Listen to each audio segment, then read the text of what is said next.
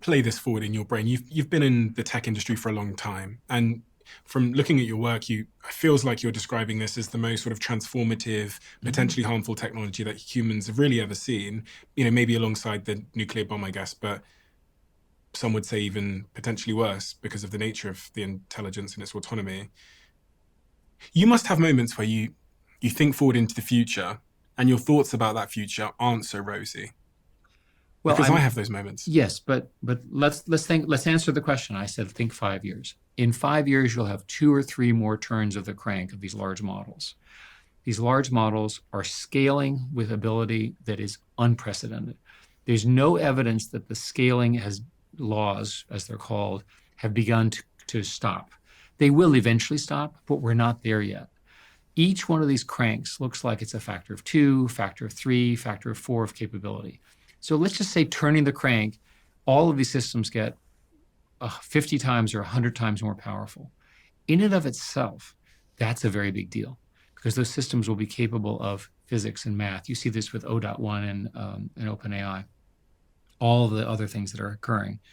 Now, what are the dangers? Well, there's the most obvious one is cyberattacks. There's evidence that the raw models, these are the ones that have not been released, can do what are called day zero attacks as well or better than humans. A day zero attack is an attack that's unknown. They can discover something new. And how do they do it? They just keep trying because they're computers and they have nothing else to do. They don't sleep, they don't eat, they just turn them on and they just keep going. So cyber is an example where everybody's concerned. Another one is biology. Viruses are relatively easy to make. And you can imagine coming up with really bad viruses. There's a whole team. I'm part of a commission. We're looking at this to try to make sure that doesn't happen. I already mentioned misinformation. Another probably negative, but we'll see, is the development of new forms of warfare. I've written extensively on how war is changing. And the way to understand historic war is that it's stereotypically the soldier with the gun, on one side and so forth, World War trenches. You see this, by the way, in the Ukraine fight today, where the Ukrainians are holding on valiantly against the Russian onslaught. But it's sort of, mano a mano, man against man, sort of all of the stereotypes of war. So in a drone world, which is the fastest way to build new robots is to build drones, you'll be sitting in a command center in some office building connected by a network, and you'll be doing harm to the other side while you're drinking your coffee, right? That's a change in the logic of war.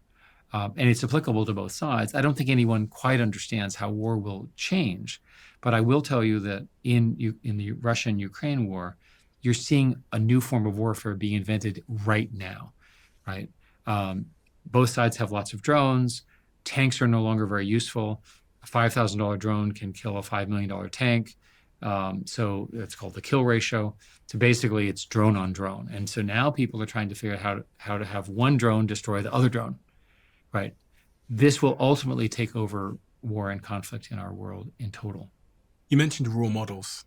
This is a concept that I don't think people understand exists. The idea that there's some other model that's the raw model that is capable of much worse than the thing we play with on our computers every day. It's important to establish how these things work. So the way these algorithms work is they have complicated training things where they suck all the information in, and we currently believe we've sort of sucked all of the written word that's available. It doesn't mean there isn't more, but we've literally done such a good job of sucking everything that humans have ever written. It's all in these big computers. And when I say computers, I don't mean computers. I mean supercomputers with enormous memories, and the scale is mind-boggling. And of course, there's this company called NVIDIA, which makes the chips, which is now one of the most valuable companies in the world, surprisingly so incredibly successful because they're so central to this revolution, and good for Jensen and his team. So the important thing is, when you do this training, it comes out with a raw model, right? It takes 6 months, and you wait 24 hours a day. You can watch it. It gets close to, there's a measurement that they use called the loss function. When it gets to a certain number, they say, good enough. So then they go, what do we have, right? What do we do, right? So the first thing is, let's figure out what it knows. So they have a set of tests, and of course, it knows all sorts of bad things, which they immediately then tell it not to answer. To me, the most interesting question is, in over a 5-year period, these systems will learn things that we don't know they learn. how will you test for things that you don't know they know? The answer in the industry is that they have incredibly clever people who sit there and they fiddle, literally fiddle with the networks and say, I'm gonna see if it knows this. I'll see if it can do this. And then they make a list and they say, that's good, that's not so good. Right?